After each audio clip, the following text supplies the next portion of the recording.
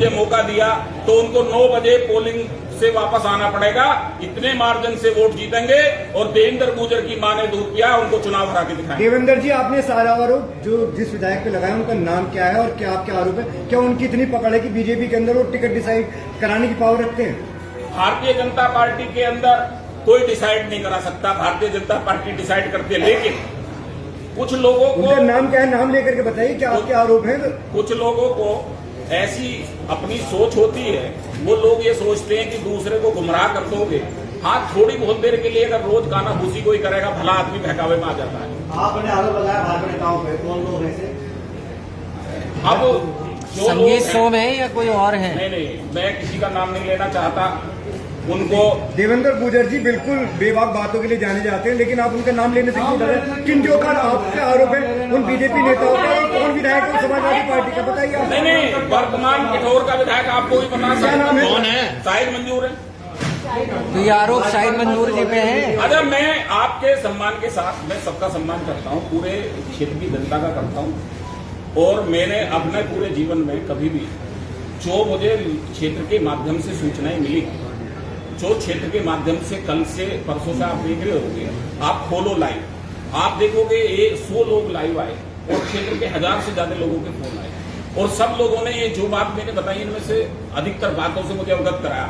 और मैं माननीय प्रधानमंत्री जी को, माननीय गृह मंत्री जी को, माननीय मुख्यमंत्री जी को इन बातों की जांच के लिए अवश्य पत्र लिखूंगा। देवेंद्र जी, आप 4 बार जीतने के बाद आ जाए, क्योंकि आप अपनी दावेदारी मान रहे हैं। आप मैंने 2017 में बताया देवेंद्र जी, भारतीय जनता पार्टी चार बार जीते हैं वो। अच्छा देवेंद्र जी, मेरा ये सवाल है आपसे कि जो बयान शाहिद मंजूर का आया है, उसमें उन्होंने किसी का नाम नहीं लिया। उनका ये कहना था गड्ढा है वहाँ पानी अपने आप भर जाएगा। ऐसा है, वो नाम लेने से डरते होंगे। मैंने कहा उनकी मां ने दूध पिया तो नाम लेके बताए ना।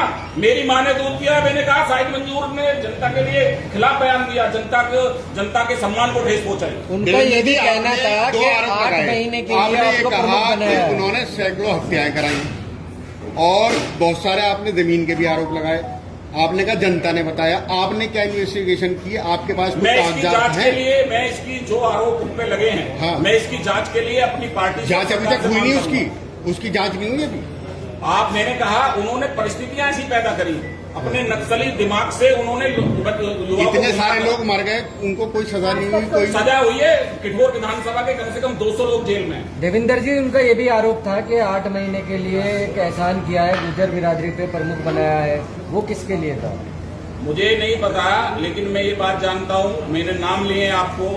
मैंने कहा, उन्होंने एक बार मेरे से लोगों ने मुझे बताया, जैसे आप बता रहे हो कि सरजीत प्रमुख जी से लेकर और हम तक सब लोग जो वहाँ किठौर में गुर्जर प्रमुख रहे और जो MLA लड़े, उन्होंने सबके लिए खराब बात करी है।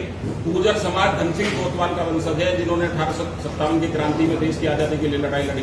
राष्ट्रभक्त समाज है।